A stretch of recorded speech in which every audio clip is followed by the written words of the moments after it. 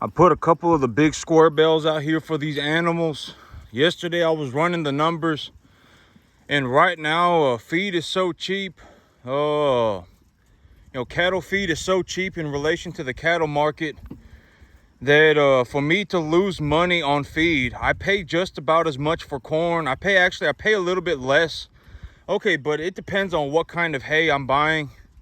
If I buy a real high quality, high protein hay, maybe I pay $200 a ton for it, $2.25 a ton for it. For soybeans, a good example of this is for soybeans right now, I pay about $150 a ton for it. And so soybeans right now, I'm actually considering buying a few round bales of soybeans, and it's $150 a ton. And corn right now delivered is about $190 a ton, $180 a ton.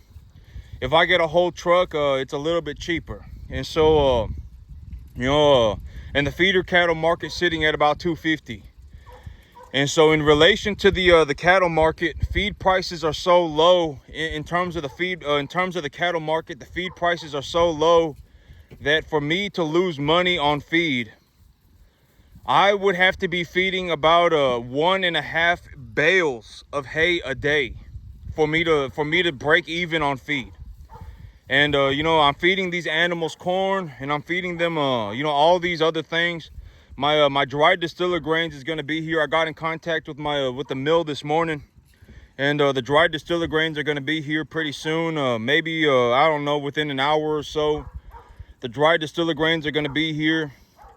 And so in relation to the cattle, in relation to the feeder cattle market, in terms of how much money am I making on these animals, the amount that the food costs me is so low compared to the amount of money that I make on the animals that, I can legitimately just put these animals on feed right now. I can put them on feed all day, every day, and I would just make money on the feed. I can legitimately just call my broker right now and say, hey, I need some corn. I can go and buy some prairie hay for $50 a bale, $80 a ton. I can go and buy some prairie hay for $80 a ton. Mix that prairie hay with the distiller grains and the corn, and I can make money on it. I can legitimately just feed my animals right now and make money on it. And so I just put a couple of bales out here. I said, I was running the numbers yesterday, and I was like, if I put these bales out here for these animals and they just rip at it and they just pull it apart and they discard 30% of it, let's say I lose 30% of it, I lose a third of it, I lost $1,500. I don't care about $1,500, right? I mean, I paid $4,500 for the entire load of hay delivered. I got 36 bales, and I paid $4,500 for the entire load of hay. And so I was like, for me to lose money, for me to start losing money on feed right now, because I pay about as much for a high quality hay as I do for corn. I can call my broker right now and buy corn, and it would cost me about $170 a ton. And so I was like, I can just feed my animals right now. I can just call my broker right now. That's where the commodity markets are. And I was talking about this a long time ago. I was talking about this a few weeks ago. But the commodity markets right now are set up to make money in the feeder cattle market, and things are too easy. If I can just call my broker and say, hey, I want to buy some distiller grains and I want to buy some corn, and I can just find some prairie hay somewhere and I can feed these animals and make money on it, it's too easy. It's too easy, and I think that we're near the top of the feeder cattle market. That's what I think, and I think we're going to $2. And so I got these animals. I just put some hay bales out here for them because I was like, if these animals, if they rip at the hay, if they pull the hay apart and I lose a third of my hay, they discard 30% of the hay, I lost $1,500. I don't care about $1,500. And I was thinking about it this way, and I was like, when I put these animals on dry distiller grains, if I have certain animals that are picking up on the dry distiller grains faster than the other animals, and one animal overeats dry distiller grains, then I could be in a situation where now I have an animal with acidosis, right? And these animals could end up having health problems, etc., etc. And I was like, I would rather just put these animals on free choice hay. It just makes more sense to me, when I consider the possibility that when I change these animals over to dry distiller grains, they could end up having, a few animals could end up having digestive problems. And I've already talked about this 50,000 times, but if you put these animals on hay, You know, I'm going to go and get a forage analysis done. When the mill comes by to drop off my dry distiller grains, they're going to be taking feed samples. And so I'm going to get a feed sample done on my hay, and I'm going to see exactly what's going on with it. But I would anticipate that it's at about 10 to 12% protein and about 55 to 60% energy. And on a hay like that, if the animals eat that kind of hay, it'll keep them from having digestive upsets. I called hay celery, right? The other day I was talking about feeding these animals, and it's like if you put them on a whole bunch of hay, it's like feeding somebody a whole bunch of celery. If you eat 5 pounds of celery a day and you eat 5 Big Macs a day, you're still gonna get fat. It doesn't really matter that you ate 5 pounds of celery. You ate 5 Big Macs, but you're also probably not going to have diarrhea because you ate 5 pounds of celery, right? If you ate 5 Big Macs and didn't eat any celery, you would probably have diarrhea. And so, you know, I put these hay bales out here for these animals. You know, feed is so cheap in relation to the feeder cattle market that it doesn't matter. You know, for me to start losing money on feed, I would be having to feed about 1.5 bales of hay a day. And just using hay, or to put this in relation with corn, I would be having to feed like 2,000 pounds of corn a day. For a tonnage of corn, I pay about $160 a ton delivered right now. If I call my broker and I buy corn and I buy it delivered, maybe I get it for about $160 a ton, $170 a ton, something like that. And so for me to start losing money, I would have to feed like 3,000 pounds of corn. And these animals are not going to eat 3,000 pounds of corn, not even close. And so if I use corn as an analogy for the overall cattle feed, and when I talk about corn, I'm not talking about I'm just feeding them corn. I'm saying if I just used the price of corn as the baseline for cattle feed, then you would understand what I'm talking about. For me to start losing money, I would have to feed about 2,500 pounds of corn a day. And then I would start losing money. After 2,500 pounds is when I would start losing money. And so, I'm not at risk of losing money by feeding these animals right now. Feed prices in relation to the feeder cattle market are very, very low. And so, I was running the numbers and I was like, I'm just going to give them the hay. And yesterday, okay, so this is what I was wanting to talk about today. And what do I mean by, because I always say these things like if you're poor, I'm not kicking you while you're down. I'm not looking to make fun of you. I'm looking to make you aware of your situation so you can do better for yourself. And I would be very happy, but the thing is, it's like if everybody turned on a dime tomorrow, I would be very happy and did better for themselves financially. I would be very happy. I would be very happy for you. I'm not going to be upset that you succeeded, right? I already said that that's like one of the worst things that you can be as a poor person. If you see somebody who's succeeding on a tremendous scale and you're upset about it, I mean, you're kind of a tard, right? I mean, it's like realistically, it's like you should be working with me. Why would you, it's like, okay, and here's the thing about that. It's like, I take pictures of my checks and I show, it's like, over the last 4 months or so, I've averaged about $14,000 a month, right? I've averaged about $12,000 a month. I make about $10,500 a month on the long-term average. If we were going to talk about like the past 2 years, I've averaged something about $10,500 a month of net income on my 10-acre field. And it's like, if you're in my situation, right? Imagine, okay, if I was going to give you my perspective, imagine being me. And it's like, I'm making $12,000-$14,000 a month. If I include my unrealized gains, I'm doing closer to about $18,000-$20,000 a month. And let's say you're in a situation like me where you're making $18,000-$20,000 a month. And some moron, I don't know how they came up with this conclusion or why they are thinking, I don't want to know, right? I've already said this, if you're poor, keep it to yourself. At the end of the day, the money's the money. I mean, if you're poor, there's a reason you're poor. There's a very realistic reason. There's a very realistic probability that you're poor because you act like a tard, right? I've already said this 20,000 times. And imagine being me. Just if I gave you my perspective, maybe you'll understand. You're averaging about $20,000 a month, right? That's what I do. I average about $20,000 a month. In terms of just how much cash do I bring home? I bring home about 12-14 grand a month. There's this the cattle business. makes me about, I make, on the average over the last on the average over the last probably about a year and a half, I've been bringing home on average about, in terms of cash, probably about $7,000 a month, right? $6,000 a month, something like that. And then I got the unrealized gain value of my cattle right now too, right? I've always talked about, what are the things that I think about? How do I consider money? How do I take a look at something and determine whether I'm making money or not? Unrealized gains is something that, most people should be aware of. You should be able to look at something and go, this is going up in value. This is how much money I would have to spend for me to break even. This is how much money, if I spent this much money, I would start losing money. You should be considering these things. You should be able to look at a certain point. One of the big goals for me is like, it's like if I tell you what I'm thinking about, at a certain point, you should be able to evaluate things for the amount of money that is involved. It does not matter what you're looking at. You could be looking at a business acquisition deal. You could be looking at a piece of real estate. You could be looking at cattle. You could be looking at the stock market. It does not matter what you're looking at, commercial real estate, whatever it may be. You should be able to look at something and evaluate it for how much money is involved, right? This is one of the big things. It's like, maybe if I open your mind and if I tell you how I think, if I tell the world what I think about, maybe it will open your perception. You'll go, oh, this is what this guy thinks about, right?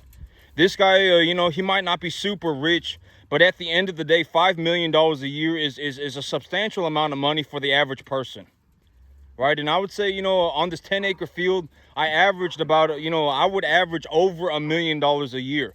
And the reason that I average so much money, the reason that I generate so much money from my own personal, from my personal perspective, is because, I can go anywhere and I can just start a business and start printing money. It does not matter where I go. I could legitimately get dropped off on a field in the middle of Nebraska. You could take me to a field in the middle of Alabama. I could go to a field on the middle of Georgia. I could go anywhere and I could legitimately just start a business and start printing money.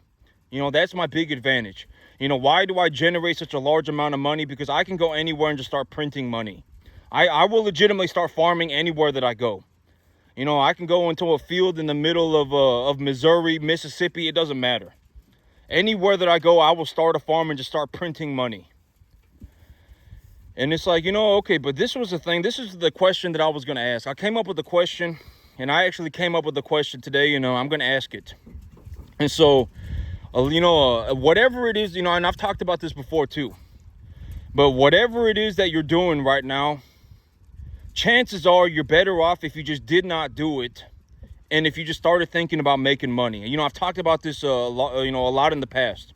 Chances are whatever it is that you are thinking right now, if you just did not think about it and you instead thought about something else, and that something else was, man, I should go and make myself some money. I'm not saying that you should go and manufacture drugs. I'm not saying that you should go and, whatever. I'm not saying that you should go and steal people's organs. Find a reasonable way to make money, right? A morally okay way to make money. Going, like me, I run beef cattle, right? I talked about how do I make such a large amount of money. At the end of the day, I feed people. I get paid because I feed people. I'm not out here being a tard, right? I'm feeding people. And so, and so here's the question that I was going to ask. If you could make $1,000 an hour, would you think that the world, whatever it is that you are thinking, oh my God, it's unfair. This guy's making $5 million a year. This guy, this guy making over $1 million a year. This guy making, in the next 2 years, he's going to make $15 million. Instead, like if you look at me, it's going to seem like, oh my, but maybe if I ask you this question, maybe it will start to make sense to what I'm saying. Maybe it will start to make sense to you. If you could make $1,000 an hour, would your perception on money change? Be honest. Would you still want to start a business? Right? Would you still want to start a business? Would you really want to still start a business? Would you still think that it's unfair that I make $5 million a year? Like, would you look at me and go, oh my God, he doesn't, he legally does not owe income tax and he makes like $5 million a year. That's unfair. Would you still think that? if you could honestly make $1,000 an hour tomorrow, honestly, right? I mean, if you can make $1,000 an hour, would you care about whatever it is that you're thinking about? The answer is probably not. I can almost guarantee, and this is what I mean by almost everybody. If you put everybody in a room and said, everybody that wants to start a business, come into this room, and everybody was sitting in that room, if you offered everybody in that room $1,000 an hour, they would abandon ship on their business. They would say, I don't care about my business anymore. I just don't care. The business is not important to me anymore. I guarantee it. I would be willing to bet 50 to 1. If you just offered somebody $1,000 an hour, they would vanish into the sunset. They would never talk about business again. Whatever it is that they are thinking about right now, they would just abandon it. Oh, the world is unfair. Oh my God, I fell out of heaven to 7. My life is a mystical, magical journey. All of that stuff would vanish. If you could make almost everybody at $1,000 an hour, all that stuff would vanish. And it's like, when I talk about my life and I give you my perspective, maybe if I put it this way, you'll understand what do I mean by $20,000 is a minuscule amount of money. $20,000 is such a small amount of money. I wouldn't even go out of my way to help somebody for 1 hour for 20 grand.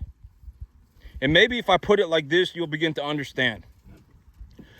I've accumulated about $1 million worth of real estate. I got the option contract squared away yesterday. Everything's good to go. I got about $1 million worth of real estate accumulated over the last about 2 years. I got about just real estate. I have $1 million of real estate. If my real estate goes up by 2% a year, I got $1 million worth of real estate. If it goes up by 2% a year, that's 20 grand. For me, that's 20 grand. I didn't do jack squat and I made 20 grand. Right? I mean, granted, not that I didn't do jack squat, because I still got a farm, right? I mean, I still got to show up. And I've already said that if I turn it, there is no amount of money that will save you once you become a tard. If you become a tard, there is no amount of money that will save you. It doesn't matter. You cannot out-earn that moronic. If you've turned into a moron, you cannot out-earn that. It's like, at the end of the day, you being a moron will always turn into a death loop. And if you make $10, you'll implode. If you make $100, you will implode. If you make $1,000, you will implode. You will self-destruct. You will self-sabotage yourself all the time. It does not matter what amount of money we're talking about. We could be talking about $100. We could be talking about $100 million. Lucy, come here. It does not matter. Once it started to happen, I mean, chances are you're stuck that way forever. Lucy, come here. And so, I know people that make $1,000 an hour. And maybe when I put it this way, and because it's gonna make me sound like a prick, but I don't really care. I've already said, I'm at the point in my life where it's like, as long as I continue to run cattle, I can make such a drastic amount of money that it does not matter. As long as I'm running cattle and, I don't wake up tomorrow and say, you know what, I'm giving up on my business and I'm just going to go and do a bunch of drugs and drink a bunch of alcohol. As long as I continue to run cattle, I can essentially say whatever I want. I can essentially do whatever I want. America is a country that affords me the rights to do so, right? And so, and I've already talked about this. A lot of people, they're stuck in a situation where they are deathly terrified. When, it's like if I see the average person, and it's like they act the way that they do either because they're in I fell out of heaven to 7, or they're deathly terrified. They're deathly scared of everything. Oh my God, I don't want to offend this person. Oh my God, I want to hold on to this tiny little thing that I have. I want to death grip this tiny little thing that I have, and that's how they're thinking. They're not waking up tomorrow and going, oh my God, what if I actually found a way to make $1,000 an hour and I did this thing for 20 hours a year and made myself an extra 20 grand. Most people are not. They're sitting there deathly scared of everything. They got this little thing that that they're holding on to for dear life. They are horrified of losing it. I mean, they are just, they're terrified of everything, right? And that's what I see. It's like a lot of people are not going to wake up tomorrow and go, oh man, I found this, I found a reasonable opportunity to make myself an extra $1,000 an hour, and I'm going to do it for 20 hours a year and make myself an extra 20 grand. Almost nobody's going to do it. And it's like, and it's like, when I talk about business, I always say do business with rich people. You don't want to be in a situation where you're doing business with poor people. You don't. They will most of the time. And I've already talked about being poor, right? Being poor is like drowning in the ocean. If you find somebody who is poor and you attempt to help them, usually they will latch onto you like their life depends on it. They're not going to become a reasonable person overnight. They will latch onto you like their life depends on it. Because at the end of the day, nobody really wants to be poor, right? I've already said that poor is usually not a choice. It is a result. You're kind of a moron. I mean, you make horrible decisions. I mean, that's why you're poor. You're not poor because you're a good person. Most people do not end up poor because they're good people, right? Most people do not end up poor because they're making good decisions. They end up poor because they're kind of a bad person. Not a bad person. It's not for me to pass judgment on people. But they're not maybe they're not making good choices, and maybe they're kind of a moron. And they're losing all their money all the time, right? And so you don't really want to be in a situation where you're doing business with poor people. You just don't want to. And yes, you should go out and look for rich people to do business with. And you should do business with rich people. Always look to do business with rich people. And I don't really care that I've already said I don't care. Even if I've already told myself even if I think it makes me sound like a prick. I don't really care. You should go and look to do business with rich people. Find a decent rich person. Find a rich person that is just a decent person that you're like, what, this not a bad person. This not a good person. They're just okay. At the end of the day, who really knows who's good and who's bad? Ask God, right? Ask your mom. I don't know, right? I mean, and okay, because here's the thing. It's like for me, over the next, 2 years, just even right now, over the last 2 years, I've accumulated $1 million worth of real estate. And my business evaluation, if I multiply it at a 3 to 5 times EBITDA multiplier, my business is probably north of $1 million as well. Over the last 2 years on a 10.5 acre field, I've accumulated essentially $2 million worth of equity. And I pay about $2,500 a month for it. The major reason why I generated so much equity is because I was able to start this business and make a massive amount of money doing it. That was my big reason for generating a lot of equity. I didn't leverage myself to the eyeballs to accumulate equity. I essentially started a business, and when I evaluate the business at a multiple of the earnings, that is the equitable value of a business, right? I've already talked about equitable value. When you have something that is equitable, you're essentially just looking at something that is valuable to a large amount of people. If you asked 100 people in a room and you cut out all the morons, is a room full of gold valuable? Almost everybody will say yes. If you have a business that is making money, is that business valuable? Almost everybody will say yes. If you have a piece of real estate and you ask them, is this piece of real estate valuable? Almost everybody will say yes. Well, how valuable is it? If you want to know how valuable it is, you go and you ask a banker. You ask somebody that knows how to appraise the asset that you are looking at, and they will give you a monetary value for that for the equity. They will say your business is worth this much money. Your land is worth this much money. Your room full of gold is worth this much money. The banker will tell you. And so, the reason that I generated so much equity is because I was able to start a business and make a drastic amount of money doing it. And here's the thing. It's like when you listen to me talk, just be honest with yourself. If you had a way to make $1,000 an hour, would you care that I'm making $5 million a year? You probably wouldn't. Would you care that I made, that I make $12 million? Would you care? You probably wouldn't.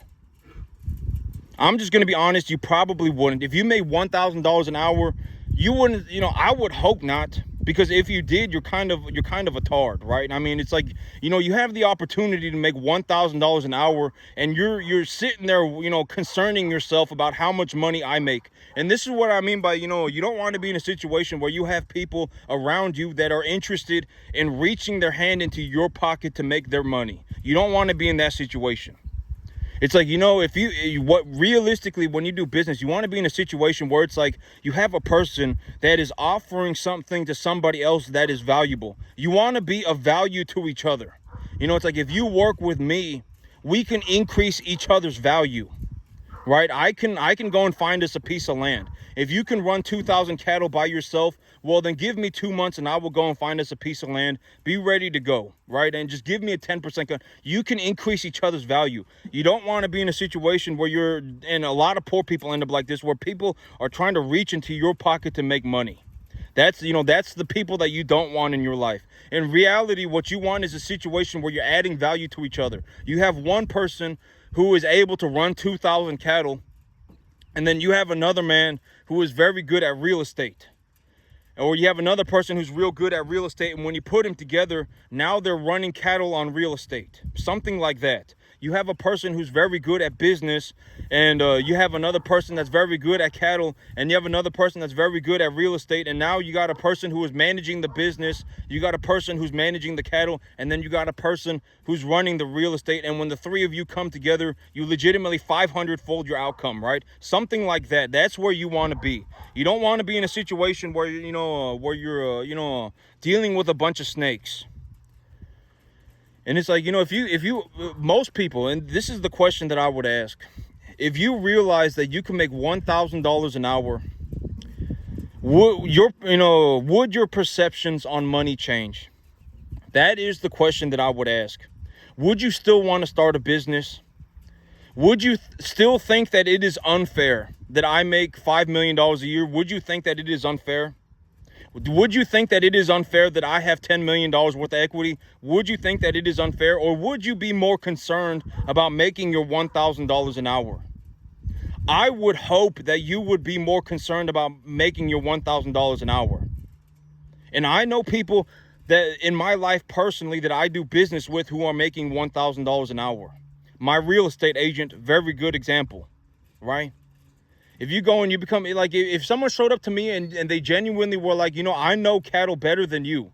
I can price cattle better than you. When I see this animal, I see an animal that is, 50% Brahma, 50% Charolais, right? And gonna yield, 52%, body conditioning score. If you were that person and it's like, in the market right now sitting at this price, and if you talk to me, I would know, right?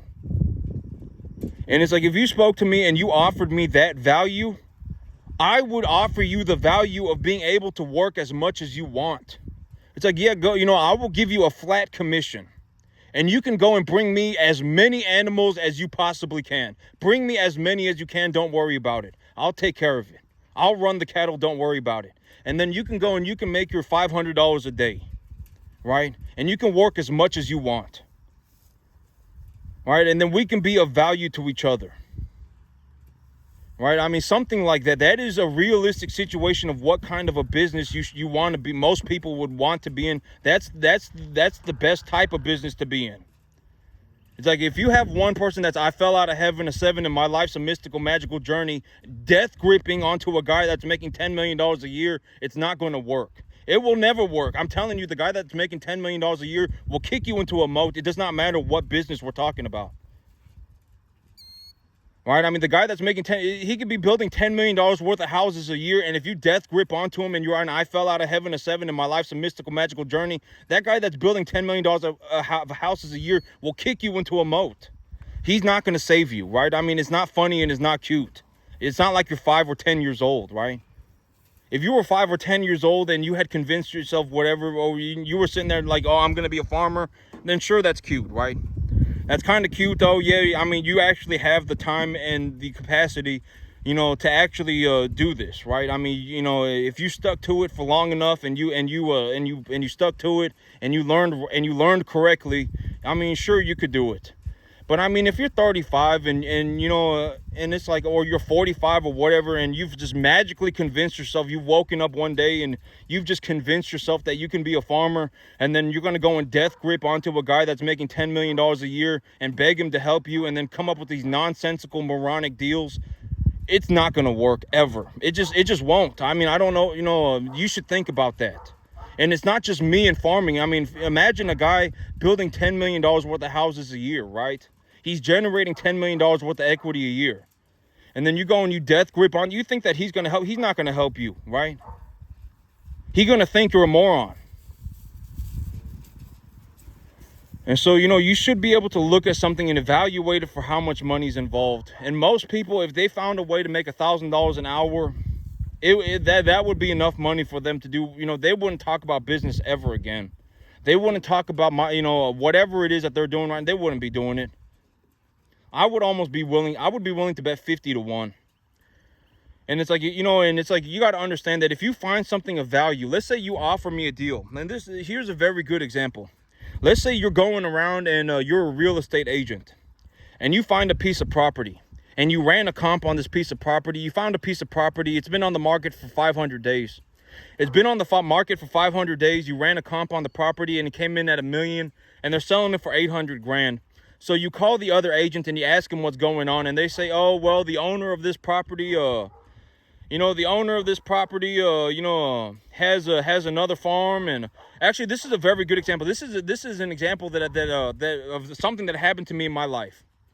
A woman had a farm and that she was selling it. She had 3 big fields, and she was selling one of her 3 big fields. She was selling one of the fields, and she was selling it herself. She didn't want to go through an agent. She didn't want to go through a bank. She was selling it herself. And so she posted the property for sale. And when I called her and I asked her about the property, it was very cheap. It was like $2,500 an acre.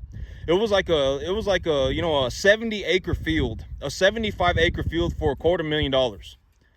And I was like, I wonder what's going on with this property. It was like $3,000 an acre. And so I called her and I asked her, but the thing is that the field was all the way up there towards Arkansas. It was about an hour. It was about 2 hours away, about an hour, 45 minutes away. And so I was like, I don't really want to drive 2 hours away. And but the field got sold. And so I called her and I asked her, what's going on with this field? And she said, well, my husband died last year. My husband died last year, and I got 3 fields. It's just and I live here on this property with my mentally handicapped son. I have a mentally handicapped son, and I live with him on this farm. And the other 2 farms, it's just too much for me to handle right now. I don't, my husband was the farmer. He went out there and he grew the hay and he baled the hay on these fields. It's just too much for me. I don't, and she was telling me, I think she was like 70 years old or something like that. And she was telling me it's just, I just want to sell it and take the money and just live on the money. That's what she told me. And I said, okay, well, that's fair. And if you go around and you look for these deals, you can find these deals. You have a motivated seller. They don't really care that their property's under market value.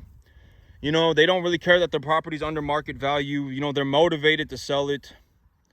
And if you look around, you can find these deals. And if you find something that's like, okay, and here, I will give you a very realistic example. It's like something that you could do right now that would, that if you legitimately handed me this deal, would probably make you an upwards of $5,000 an hour. If you were on the real estate market right now and you found a piece of property like that, the husband died, the wife doesn't want a farm. They got 3 different farms, and she wants to sell 2 of them and just keep 1 of them. She's got 400 acres, and she wants to sell a half of it, right? She got 250 acres, and she wants to sell half of it, right? And they're offering the property at a very low price. If you find something like that and you offer it to me, it doesn't matter what, and I've already talked about this 50,000 times. Money is negligible. It could be a $10 million field, and if it was at a good price, and there was a motivated seller, I can work a deal with that person. The money's negligible. And I've already talked about money being negligible because it's like the big idea is that if I got if I got a good contract on this piece of property, if I got good terms on this property, let's say I convinced them to give me a 2-year non-payment agreement. Well, then for 2 years, I can show up on that farm and farm the field. And when I farm the field, I'll make a ballistic amount of money. And then I can leverage the money that I make on that field at the bank to finance the deal itself, right? I've already talked about that 50,000. And let's say you find a deal. Let's say you find a $1 million field, right? You find a $1 million field, but it's selling at 800 grand. It's selling for 20% under market value. You ran a comp on it, and you're like, they're selling this 200-acre field for 800 grand, right? And it's in a decent location. It's about, within an hour and a half of Dallas. And you go, I was just scrolling around on the real estate market, and I happened to find this property. Well, then offer me the property, right? Let me take this property to Mr. Chung and offer it to him. And it's like, at that point, it's like you did what? 2 hours of work and you made a 3% cut on that 800 grand. It's like, congratulations. It's like you just made like a 25, what is that? Like 25 grand in 2 hours, right? Something like that. I mean, there are ways to make $1,000 an hour very easily. It's not difficult. Don't turn life into a life or death battle, right? I mean, you should not be in the situation where you're having a life and death battle over mediocrity. It's like, no matter what, your life is going to be mediocre, right? But it should be more like, if I do this thing, then I can make, an extra 20 grand. I make an extra 20 grand and I work an extra, 20 hours a year. There are a lot of deals like that. There are, and when you have someone like me, if you think about what 20 grand is to me, even right now, I got the new field squared away. Here within about 6 months, I'll have north of $2 million in equity, right? I'll have north of $2 million of equity here in the next 2 years. My equity portfolio is probably going to go over 10 million. And, even right now, 20 grand is 1% of the money that I will see for the year. 1%. That is what $20,000 is. I'm just going to be honest. 20 grand is such a minuscule amount of money. It's 1% of the money that I will make. And here's a real, and not make, but the money that I will generate. And here's the thing, it's like, even if I were to cash flow 20 grand, that's like what? Like 2 weeks of pay for me. Right? Even if I were to just write a check for 20 grand, that would be like, what, 3 weeks of pay? It's a minuscule amount of money, right? I mean, a minuscule amount of money. And, if you offered me something of value, I would happily pay 50 grand. You don't think that I would give you 1 month of pay to have something valuable? I would gladly do that, right? If it was 30 grand or what, if I had to write you a check for 35 grand, I would gladly pay 35 grand to have something that is of value to me. If I have an asset that will produce me more cash flow, I would gladly write 1 month worth of pay. I would gladly do it. Even right now on this 10.5 acre field, I'm making about $10,500 a month. Right? I mean, 20 grand is a minuscule amount of money. It's 1%. Even right now, it is one. And here's a way to look at it. If you make $75,000, here's a way to look at it. If you make $75,000 for a year, 20 grand to me, if you make 75 grand, is $750 for you. If you make 75 grand a year, $750 is essentially what we're talking about. If you make $40,000 a year, $400 is what we're talking about. If you want to know how small of amount of money 20 grand is for me, 20 grand is 1% of the money that I will generate this year. 1%. So one way to look at it is, if you make 40 grand, it's like $400 for you. 20 grand is like 20 grand for me is like $400 for you. Minuscule amount of money. And it's like, and if you offer me a deal and it's like, I have to give you 35 grand, but it doubles my cash flow opportunity, then I would gladly pay you that. I would gladly pay. I don't care that it only took you 30 minutes. I don't care that it took you 2 hours. I don't care. I will write you your 30 grand check. It's like, oh my God, I just made $15,000 an hour. I don't care. Have the money. I don't care about the money. I'm not going to say I don't care about the money, but the money is negligible. It's like, if you have something of value and you can offer it to me at, reasonably, and you believe that reasonably for whatever, I wouldn't touch a lot of these deals with a 50,000-foot pole. A lot of deals, like, if you were going to offer me your deal, you got to consider that I wouldn't touch your deal with a 200-foot pole, right? But if I would consider your deal reasonably, You have a good reason to offer me the deal. I ran a comp on the property. You know, I ran a comp on the property, and the property's evaluated at about $1 million, but they're selling it for 800 grand. I called the seller, and the husband just died last year, and their property's been on market for 280 days. Interest rates are high. They're ready to sell. Then offer me the deal. You know, and a realistic scenario for this is, you know, I actually had found a field like this, but it was a little bit too far away. You know, the woman's the woman's husband had passed away last year. They had you know, I think it was like 250 acres or something like that, 225 acres, and their husband passed away. And she's living in a home on the last 1/3 of her farm with her mentally handicapped son. And you know, she wanted to sell the 2/3 of her farm because she just didn't want to. She says she's not the farmer, right? And so, you know, if you find something like that, and she was selling it for like $3,000 an acre, and if you find something like that, then offer it to me. It could be a $1 million deal. Just offer it to me, right? And you can make a 3% cut on it. I'm not going to ask you for a reduction in your rate, right? You can take your 35 grand, you work your 2 hours, make your 35 grand, and just call it a day, right? I'll handle the contract. You know, just offer me the deal, and I will tell you how I want to structure the deal myself. Right? I will give you the information in terms of how do I want the deal structured. I will take care of it myself. I'll take care of that myself. Just offer me the deal. And you can make your, you know, $15,000 an hour and just call it a day. You can make your $10,000 an hour and just call it a day. For me, 20 grand, I mean, you got to understand, 20 grand is 1%. You know, here in about 2 years, 20 grand will be like 0.2%. Right? I mean, you know, as you know, I got this field squared away. We'll be going on to my new field here pretty soon. And you're going to see what I mean. Once I start running that field as well, I start putting cattle on grass over there. I mean, I'm probably going to triple the amount of money that I'm making. And at that point, it's like, you know, 20 grand is like 0.2% of the money. I mean, and a realistic way to look at this is like, if you're making 50 grand a year, 20 grand to me is like $100 for you. It's a minuscule amount of money.